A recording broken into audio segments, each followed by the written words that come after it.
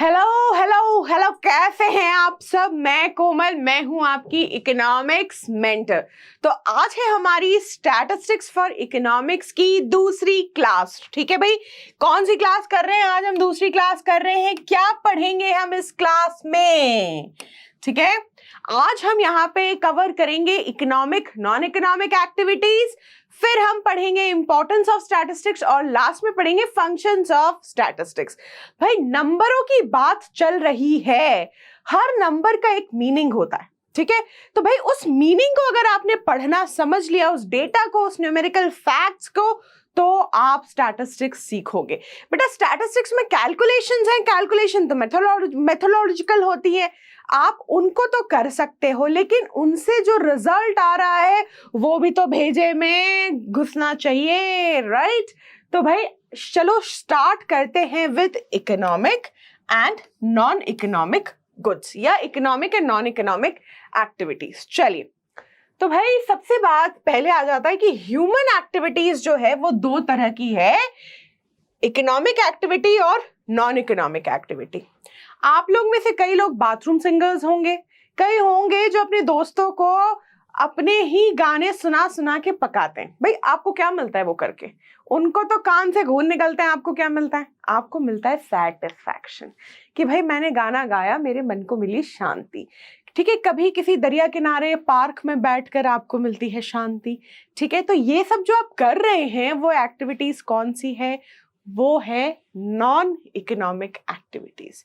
उसके लिए ना तो आपके दोस्त आपको पैसे देंगे, ना आपको पार्क में बैठने के या कहीं घूम के आने के पैसे मिलते हैं। ठीक है, कई लोगों का जॉब भी होता है रिव्यूज देने का, तो उनके लिए वो इकोनॉमिक एक्टिविटी। ठीक है, कोई अगर घूम फिर के कहीं के रिव्यूज लिखता है और उसको उस रिव्यू लिखने के पैसे मिलते हैं, तो वो उसके लिए इकोनॉमिक एक्टिविटी है। लेकिन अगर आप लीजर में अपना सेटिस्फैक्शन के लिए घूम के आते हो, तो वो है नॉन इकोनॉमिक एक्टिविटी। अपने दोस्तों के कानों को परेशान करते हो गाना गा गा के, वो है non economic activity.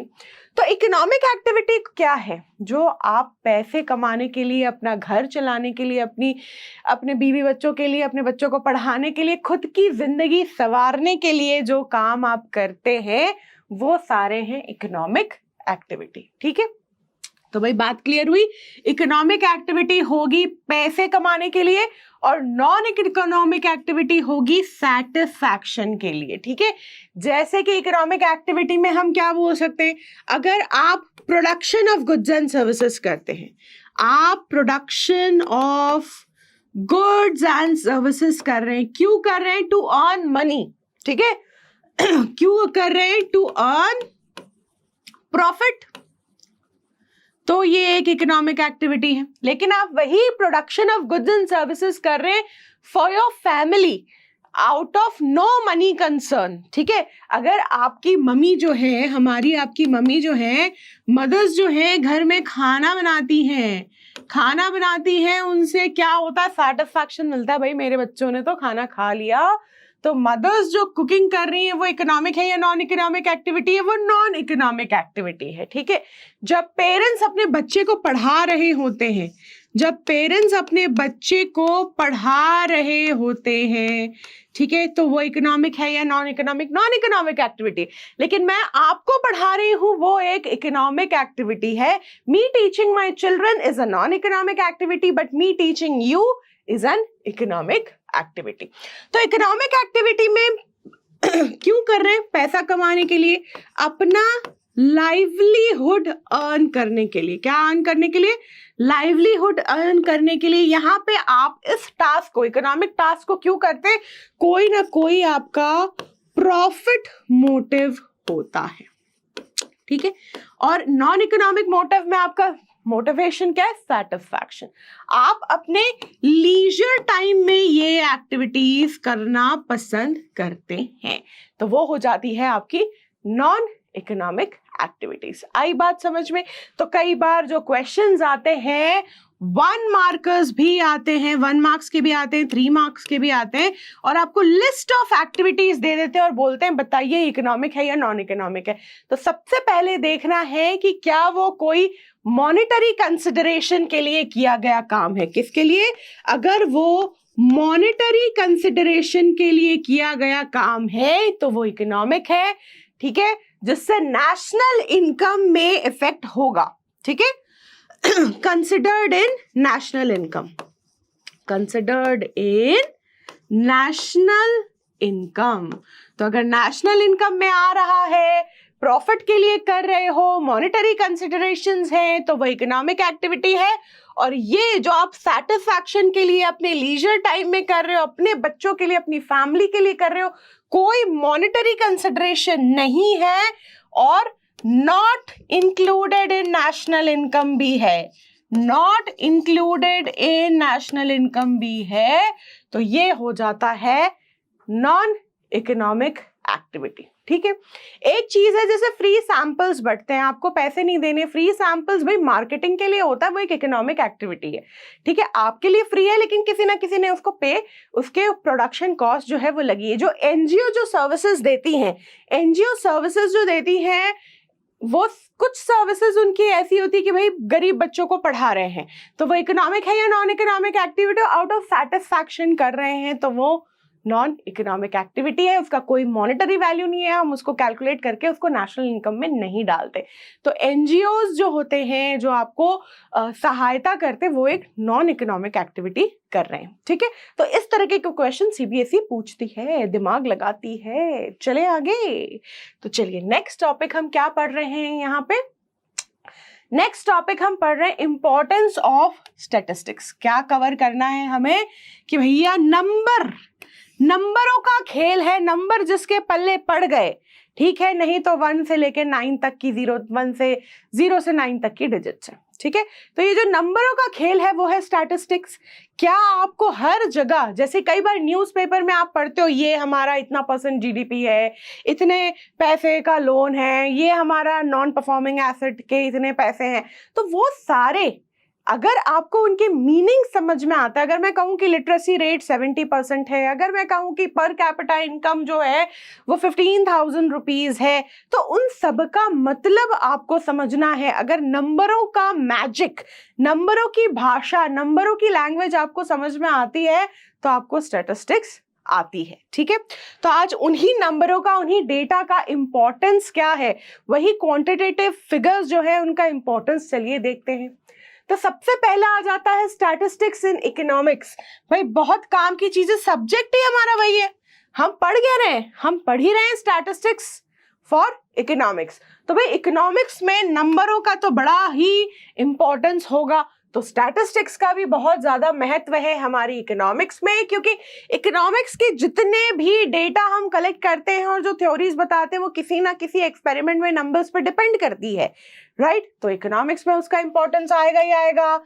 Economic planning में, ठीक है, जो भाई फ्यूचर की आपको इकोनॉमिक प्लानिंग करनी है, देश को आगे बढ़ाना है, देश के ग्रोथ के लिए प्लानिंग होनी है, तो वो किसकी मदद से होगी, स्टैटिस्टिक्स की मदद से होगी।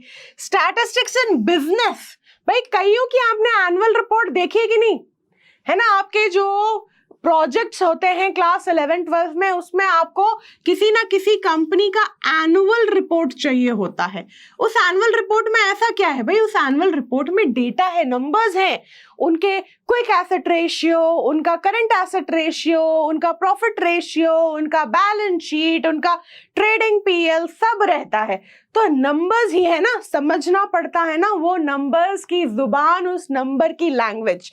तो भाई बिजनेस में भी स्टैटिस्टिक्स, प्रॉफिट हो रहा है, लॉस हो रहा है, उसके लिए जरूरी है, फोरकास्टिंग के लिए जरूरी है। स्टैटिस्टिक्स इन एडमिनिस्ट्रेशन, सरकार, भाई एडमिनिस्ट्रेशन करना है। आज कितने स्कूल, हॉस्पिटल, कॉलेज ये सब बने हैं, उन सब का मेंटेनेंस करना है, तो भैया नंबर तो पता होना चाहिए ना, देश में कितने स्कूल, कितने डॉक्टर, कितने इंजीनियर, कितने कॉलेजेस हैं, तभी तो उनको आप सुचारू रूप से चला पाएंगे। तो स्टैटिस्टिक्स की ये 4 जगह आपको अपनी महिमा देखने को मिलेगी। बहुत इंपॉर्टेंट रोल प्ले करेगा statistics in economics, in economic planning, in business and administration. चले आगे, अब थोड़ा इनके अंदर और घुसते हैं, ठीक है ना। ऊपर से पढ़ाई करके क्या होगा। तो स्टैटिस्टिक्स इन इकोनॉमिक्स की बात करी जाए तो भैया कहाँ, कंजम्पशन में, प्रोडक्शन में, डिस्ट्रीब्यूशन में, ठीक है। भाई स्टैटिस्टिक्स कंजम्पशन में भी काम आ रहा है। कंजम्पशन में मतलब देखना पड़ेगा ना कि कौन कौन सी चीजों की रिक्वायरमेंट है, गुड्स एंड सर्विसेज कितने चाहिए, गुड्स एंड सर्विसेज का क्वांटिटी जो हमें डिसाइड करना है, कैसे करेंगे भाई, स्टडी करना पड़ेगा कितना पॉपुलेशन है, कितने लोग हैं, किस दर्जे के हैं, रिच कौन है, पुअर कौन है, मिडिल क्लास कौन है, उनके हिसाब से उनकी रिक्वायरमेंट की गुड्स बनाना है। तो उसके लिए क्या चाहिए, स्टैटिस्टिक्स चाहिए। ठीक है, प्रोडक्शन, कौन सी टेक्नोलॉजी यूज करें हम प्रोडक्शन में, टेक्नोलॉजी कौन सी यूज करें, कौन से रॉ मटेरियल यूज करें। तो भाई प्रोडक्शन में फैक्टर्स ऑफ पेमेंट, जो हमारे फैक्टर्स ऑफ प्रोडक्शन होते हैं वो कितने चाहिए। ठीक है, कितने चाहिए, कितने लेबर, कितनी मशीन चाहिए, कैसे पता चलेगा भैया, स्टैटिस्टिक्स चाहिए, उनके लिए नंबर्स चाहिए, डेटा चाहिए कि आपको प्रोडक्शन कितने गुड्स एंड सर्विसेज का करना है, उसी हिसाब से आपको पता चलेगा कि आपकी कौन सी रिक्वायरमेंट है टेक्नोलॉजी की, कौन सा रॉ मटेरियल चाहिए, कितने फैक्टर्स ऑफ प्रोडक्शन चाहिए। ठीक है, फिर बात आती है डिस्ट्रीब्यूशन की। ठीक है भाई, डिस्ट्रीब्यूशन को आपको इक्विटेबल बनाना है। हमारा जो मेन मकसद होता है कि भाई जो भी हमारी नेशनल इनकम है उसका डिस्ट्रीब्यूशन जो है वो इक्वल हो। इकोनॉमिक पाई को हम, ठीक है, इकोनॉमिक पाई को हम अगर नेशनल इनकम बोल दें, ठीक है, तो हम क्या चाहेंगे कि ये नेशनल इनकम इक्वली डिवाइडेड हो। तो भाई इसके डिस्ट्रीब्यूशन के लिए हमको देखना पड़ेगा ना कि पुअर कौन है, रिच कौन है, तो रिच से थोड़ा लेके पुअर को देना है, तो उसके लिए भी स्टैटिस्टिक्स तो चाहिए कि भाई डिस्ट्रीब्यूशन को इक्विटेबल कैसे बनाए। तो हर जगह नंबरों की महिमा है बेटा। आज के टाइम में आप ये देख लो कि कितने सारे ऐसे जॉब्स हैं जो नंबर्स के साथ खेलते हैं। अगर आपको बिग डेटा सीखना है, data engineering, data analysis, data ये, डेटा वो, कितना कुछ हमारे आसपास सिर्फ डेटा को लेकर चल रहा है। लोग एक्चुअल साइंस पढ़ रहे हैं, लोग इन्वेस्टमेंट बैंकिंग पढ़ रहे हैं, लोग डेटा को एनालाइज करके कर रहे हैं, एनालिस्ट बन रहे हैं। किसके लिए भाई, डेटा को समझने के लिए। तो डेटा समझने का जो ABCD है ना, वो कहां से शुरू होता है, डेटा समझने का ABCD शुरू होता है स्टैटिस्टिक्स से। तो अगर स्टैटिस्टिक्स की बेसिक्स आपकी क्लियर है तो फ्यूचर में अगर आपको डेटा एनालिस्ट बनना है, आपको डेटा साइंस पढ़नी है, आपको एक्चुअल साइंस पढ़नी है, तो आपको स्टैटिस्टिक्स तो सीखनी पड़ेगी। तो इसीलिए ये हमारी बेसिक क्लास है स्टैटिस्टिक्स की। बिल्कुल मन लगा के ध्यान से पढ़िए। क्लास 11 में आपको बहुत मजा आएगा स्टैटिस्टिक्स पढ़ने में। चलो जी आगे चले। तो आगे बात करते हैं स्टैटिस्टिक्स इन इकोनॉमिक प्लानिंग। तो भैया स्टैटिस्टिक्स एंड इकोनॉमिक्स तो हमने देख लिया। इकोनॉमिक प्लानिंग में जितनी भी इनके प्लान्स एंड पॉलिसीज बनती है, जैसे हम एनुअल प्लान बनाते हैं, ठीक है, एनुअल प्लान बनता है हमारा, पहले 5 ईयर बनता था, अब एनुअल प्लान बनता है। जितने भी पॉलिसीज हैं उनमें हमको फंडिंग की जरूरत पड़ती है। जो भी हमारी जैसे Mahatma Gandhi national rural employment guarantee act हो गया, ठीक है, Mahatma Gandhi national rural employment guarantee act, ठीक है, एमरेगा, तो वहां पे भी हमें चाहिए। प्रधानमंत्री स्वरोजगार योजना, उज्ज्वला योजना, इतने सारे उज्ज्वला योजना, इतने सारे पॉलिसीज प्लान्स चल रहे हैं, पब्लिक डिस्ट्रीब्यूशन सिस्टम, उन सब के लिए स्टैटिस्टिक्स की जरूरत है इकोनॉमिक प्लानिंग में कि हम ग्रोथ और जीडीपी, भैया ग्रोथ और इकोनॉमिक प्लानिंग किसकी, ग्रोथ इंक्रीज करने की, जीडीपी इंक्रीज करने की इकोनॉमिक प्लानिंग होती है। इन्वेस्टमेंट कितना करें, इन सब के लिए हमको क्या चाहिए, स्टैटिस्टिक्स। हमें चाहिए नंबर्स, और वो नंबर्स जो आप समझ सकते हो, वो नंबर्स जो हम समझ सकते हैं और उनसे फ्यूचर प्रेडिक्ट कर सकते हो, राइट। तो आजकल ये निफ्टी पढ़ते हैं हम, सेंसेक्स पढ़ते हैं, शेयर मार्केट पढ़ते हैं, वहां पे भी तो नंबर्स ही घुसे हैं। अगर किसी को अपना करियर शेयर मार्केट में, कमोडिटी मार्केट में, सेबी के साथ बनाना है तो उनको भी तो नंबर्स समझ में आने चाहिए कि वो नंबर्स, वो ट्रेंड्स, वो ट्रेंड एनालिसिस कि कब हमारे सामने एक अच्छा समय आने वाला है मार्केट में, कब निफ्टी, कब सेंसेक्स जो है वो ऊपर उठेंगे, कब गिरेंगे। शेयर मार्केट को समझना, इक्विटी शेयर्स की वैल्यू कब बढ़ेगी, कब घटेगी, ये जब आपको समझ में आएगा तब हम बोलेंगे कि भैया आप नंबरों की भाषा समझते हैं। तो इसीलिए स्टैटिस्टिक्स समझना जरूरी है। स्टैटिस्टिक्स में हम क्या करते हैं, नंबरों को पिक्चर के फॉर्म में, चार्ट्स के फॉर्म में, टेबल के फॉर्म में, ग्राफ के फॉर्म में प्रेजेंट करते हैं ताकि आप उनकी भाषा को विजुअलाइज कर सके, देख सके, समझ सके। चलिए आगे चलें। तो स्टैटिस्टिक्स इन बिजनेस, भाई बिजनेस में तो आपके, जैसे मैंने आपको एग्जांपल दिया कि हमें एक एनुअल रिपोर्ट में सब मिल जाता है, पूरी कंपनी की जो भी चिट्ठा होता है, कितना कमाया, कितना खोया, सब उसकी एनुअल रिपोर्ट में जो डेटा होता है, जो नंबर्स होते हैं, वो सब बता देते हैं कि भाई आने वाला फ्यूचर कंपनी का कैसा रहेगा। तो स्टैटिस्टिक्स इन बिजनेस भी चाहिए। क्यों चाहिए? प्रॉफिट, फ्यूचर प्रॉफिट देखने के लिए भैया, प्रॉफिट कमाने के लिए, फोरकास्टिंग करने के लिए, इन्वेस्टमेंट डिसीजन लेने के लिए, बहुत इंपॉर्टेंट। क्यों चाहिए? फ्यूचर में इन्वेस्टमेंट डिसीजन लेने के लिए बिजनेस में भी हमें स्टैटिस्टिक्स की जरूरत है। तो आई बात समझ में? आगे चलो। एडमिनिस्ट्रेशन, तो गवर्नमेंट को क्या चीज का एडमिनिस्ट्रेशन करना है?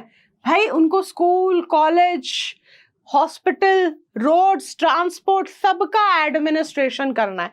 उसके लिए उनको स्टैटिस्टिक्स की जरूरत पड़ेगी ना, कि भाई इंडिया में कितने बच्चे हैं, कितने स्कूल गोइंग बच्चे हैं, कितने कॉलेज गोइंग बच्चे हैं, कितने कॉलेज है, कितने प्रोफेसर्स हैं, कितने टीचर्स हैं, कितने डॉक्टर्स हैं, नर्सेज हैं, हॉस्पिटल बेड्स कितने हैं। कई बार न्यूज में आपने ये सुना होगा कि हॉस्पिटल बेड्स के नंबर्स को डिस्कस करते हैं कि भैया इंडिया में हॉस्पिटल बेड्स की कमी है। कैसे पता चला उनको हॉस्पिटल बेड्स की कमी है? कोई डेटा, कोई नंबर तो उनके पास आया है ना। इसीलिए एडमिनिस्ट्रेशन को सुचारू रूप से चलाने के लिए, बेटर बनाने के लिए हमें स्टैटिस्टिक्स की जरूरत है, राइट? चलिए आगे देखें। तो आगे अब हम आ जाते हैं अपने फंक्शंस ऑफ स्टैटिस्टिक्स पे। What we are going to discuss now? We are going to discuss about functions of statistics. भाई इंपॉर्टेंस तो समझ ली, इंपॉर्टेंस कहाँ कहाँ थी? इकोनॉमिक्स में, इकोनॉमिक प्लानिंग में, बिजनेस में और एडमिनिस्ट्रेशन में। ठीक है, यहाँ हमें बहुत इंपॉर्टेंस हम दे रहे हैं स्टैटिस्टिक्स को। अब हम स्टैटिस्टिक्स के फंक्शंस डिस्कस करते हैं कि इनका असल में काम क्या है। तो पहला फंक्शन क्या है कि भाई कॉम्प्लेक्स डेटा को सिंपल बना देता है। क्या करता है? कॉम्प्लेक्स डेटा को सिंपल बना देते हैं, सिंपल डेटा बना देता है। ठीक है, कि जो इतने सारे नंबर्स होते हैं, पेज बाय पेज पूरे पोथे होते हैं। ठीक है, अब देखिए कितना सारा काम किया होगा एक कंपनी ने पूरे साल में, लेकिन वो एक पतली सी अपनी एनुअल रिपोर्ट में सब कुछ डाल देता है। वैसे ही हर साल एक किताब छपती है इकोनॉमिक सर्वे बोल के, कि इंडिया में जितने भी डेटा का इधर उधर, इनकम, इन्फ्लेशन, एम्प्लॉयमेंट, हर चीज से, पॉवर्टी से रिलेटेड सारा डेटा, लैंड डिस्ट्रीब्यूशन, एग्रीकल्चर से रिलेटेड, इंडस्ट्री से रिलेटेड, सर्विस सेक्टर से रिलेटेड सारा डेटा एक इकोनॉमिक सर्वे की किताब में छप जाता है। हर साल ये निकलती है। ठीक है, जहां पे गवर्नमेंट, जैसे कि कोई बिजनेस अपना एनुअल रिपोर्ट देती है, वैसे ही गवर्नमेंट भी इकोनॉमिक सर्वे की रिपोर्ट दे देती है। तो भैया क्या किया उन्होंने? कॉम्प्लेक्स डेटा को सिंपल तरीके से प्रेजेंट कर दिया। Facts in a definite form. ठीक है, कोई बात मैंने आपको बोली कि इंडिया में पॉवर्टी बहुत है, ये एक फैक्ट है, लेकिन डेफिनेट फॉर्म दो कितनी पॉवर्टी है। ठीक है, मैंने आपको एक लाइन बोली, India is a one of the poor nation, या इंडिया हैज हाई पॉवर्टी। बिल्कुल सही बात है, फैक्ट है ना, सही बात है भाई। मेरे पास इसको सपोर्ट करने के लिए डेटा भी होगा, लेकिन उसको एक डेफिनेट फॉर्म दो। क्या डेफिनेट फॉर्म दूं? कि भाई out of every 6 Indian 1 is poor. ठीक है, ये हो गया हमारा एक डेफिनेट फॉर्म। मैंने क्या बोला?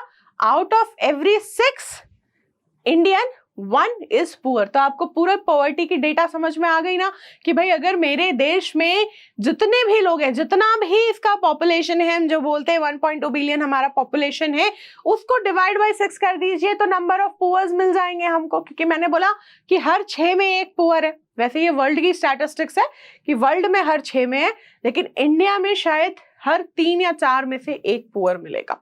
ठीक है, तो ये बात हो गई, क्योंकि हम ऐसा कहते हैं कि लगभग हमारा 25% जो पॉपुलेशन है वो है, तो हर 4 में आपको एक पुअर मिलेगा। ठीक है, चलिए, प्लान्स और पॉलिसीज बनाने के लिए स्टैटिस्टिक्स जो है उसका फंक्शन है, काम आती है। प्लान्स पॉलिसीज हम डेटा को देख के बनाते हैं, डेटा के रिजल्ट को देखकर बनाते हैं। स्टडीज द रिलेशनशिप, भाई किसका रिलेशनशिप पढ़ेंगे? ठीक है, भाई बहन का रिलेशनशिप, बॉयफ्रेंड गर्लफ्रेंड का नहीं बेटा, रिलेशनशिप यहाँ पे इकोनॉमिक वेरिएबल्स का है। कैसे भाई? प्राइस और डिमांड का रिलेशनशिप, एम्प्लॉयमेंट और लेबर का रिलेशनशिप, लेबर फोर्स का रिलेशनशिप। तो इस तरह के रिलेशनशिप जब हम पढ़ते हैं तो उनके लिए हमको स्टैटिस्टिक्स की जरूरत पड़ती है। फोरकास्टिंग यानी फ्यूचर प्लानिंग के लिए, फोरकास्टिंग का क्या मतलब है? फोरकास्टिंग का मतलब है फ्यूचर प्लानिंग करने के लिए हमें स्टैटिस्टिक्स की जरूरत पड़ती है। कंपैरिजन ऑफ डेटा, अगर आपको 2 कंट्रीज को कंपेयर करना है, ठीक है, अगर आप एशियन कंट्रीज की बात करें, श्रीलंका को इंडिया के साथ कंपेयर करिए, पाकिस्तान को इंडिया के साथ कंपेयर करिए, चाइना को इंडिया के साथ कंपेयर करिए, बांग्लादेश को इंडिया के साथ कंपेयर करिए, म्यांमार को इंडिया के साथ कंपेयर करिए, तो क्या होगा? उसके लिए चाहिएगा स्टैटिस्टिक। अगर आप 2 स्टेट्स कंपेयर करें, 2 स्टेट्स, तो उसके लिए भी आपको स्टैटिस्टिक्स चाहिए। अगर बिहार और आप एक और स्टेट ले लीजिए महाराष्ट्र, तो आप अगर उनको कंपेयर करेंगे, उनमें अर्बनाइजेशन कितना है, पॉपुलेशन कितना है, पॉपुलेशन डेंसिटी कितनी है, उसके लिए आपको क्या चाहिए? नंबर्स चाहिए, स्टैटिस्टिक्स चाहिए। ठीक है, तो कंपैरिजन ऑफ डेटा पॉसिबल है किसके कारण? स्टैटिस्टिक्स के कारण। इम्पैक्ट ऑफ पॉलिसीज, तो जो पॉलिसीज, देखो प्लान्स और पॉलिसीज बना ली, लेकिन उनका रिजल्ट भी तो चाहिए। हर एग्जाम तो दे दिया, एग्जाम के बाद आपका रिपोर्ट कार्ड भी निकलता है। अब रिपोर्ट कार्ड में जब ये लिखा रहता है कि इकोनॉमिक्स में 100 में 90 मिले हैं, इकोनॉमिक्स में 100 में 40 मिले हैं, तो भैया आपके पेरेंट्स समझ तो जाएंगे ना कि आपको इकोनॉमिक्स आती है या नहीं आती है। वैसे ही प्लान्स एंड पॉलिसीज बन गई, अब उनका क्या इम्पैक्ट है? क्या पॉवर्टी रिड्यूस हुई? क्या अनएम्प्लॉयमेंट रिड्यूस हुई? क्या लिटरेसी रेट बढ़ी? वो सारी चीजें हमें पता चलता है स्टैटिस्टिक्स देख के। हमने प्लान्स एंड पॉलिसीज बना लिए, हमने बोला कि भैया पूरी कंट्री में एजुकेशन 2030 तक हर कोई बंदा जो है पढ़ा लिखा होगा, बिल्कुल फ्री एजुकेशन मिलेगी, क्योंकि राइट टू एजुकेशन है। 14-15 साल तक के बच्चों को फ्री एजुकेशन मिलनी चाहिए। इसका मतलब यह है कि कोई भी 14-15 साल का बच्चा आपके देश में अनपढ़ नहीं होगा। लेकिन स्टैटिस्टिक्स बताएगी कि ये जो पॉलिसी आपने बनाई, ये जो आपने प्लान बनाया कि आप राइट टू एजुकेशन सबको दे रहे हैं, कितना इफेक्टिव है। तो उससे पता चलता है कि स्टैटिस्टिक्स के नंबर्स देख के, डेटा देखकर कि स्टैटिस्टिक्स काम कर रही है, आपकी पॉलिसी काम कर रही है, आपका प्लान फेल हो गया या फिर पार्शियली फेल हुआ या पार्शियली सक्सेसफुल, या कि बहुत अच्छा काम किया है। तो ये हो गए हमारे फंक्शंस ऑफ स्टैटिस्टिक्स। ठीक है, तो अब हम इस क्लास में जरा सा हम और एक बार आपको डिटेल में बता देते हैं कि कौन कौन से फंक्शंस हमने यहाँ पे स्टडी किए हैं। भैया, complex data, simplified complex data, facts in a definite form, plans and policies बनाने के लिए चाहिए, रिलेशनशिप स्टडी करते हैं, फोरकास्टिंग यानी फ्यूचर प्लानिंग में हमें स्टैटिस्टिक्स चाहिए, कंपैरिजन ऑफ डेटा और इम्पैक्ट ऑफ पॉलिसीज। तो ये बात हो गई हमारी फंक्शंस की और इंपॉर्टेंस की। तो हमने कौन कौन से इंपॉर्टेंस पढ़े? इंपॉर्टेंस में 4 थे। कौन कौन से थे भाई? Statistics in economics, statistics in economic planning, statistics in business, statistics in administration. फिर आए हम फंक्शंस पे। तो फंक्शंस हमने कौन कौन से पढ़े? कॉम्प्लेक्स डेटा को सिंप्लीफाइड डेटा बना देता है, डेटा को एक डेफिनेट फॉर्म में प्रेजेंट करता है, कंपैरिजन कर सकते हैं, फोरकास्टिंग कर सकते हैं, प्लान्स एंड पॉलिसीज बना सकते हैं स्टैटिस्टिक्स से, उन प्लान्स एंड पॉलिसीज का इम्पैक्ट देख सकते हैं, बिजनेस में हमको हेल्प करता है फोरकास्टिंग करने के लिए। तो ये सारे फंक्शंस हैं स्टैटिस्टिक्स के, ठीक है। तो ये हुई आज हमारी इकोनॉमिक्स की सेकंड क्लास। कहां पे भाई? उदय 2.0 में, ठीक है, क्लास 11। तो अगर किसी बोर्ड में स्टैटिस्टिक्स जो है वो अगर क्लास 12 में है तो वो ये वीडियो जरूर देख सकते हैं। Thank you so much. फिर मिलेंगे हम। Tata bye bye. Till then learn with smile.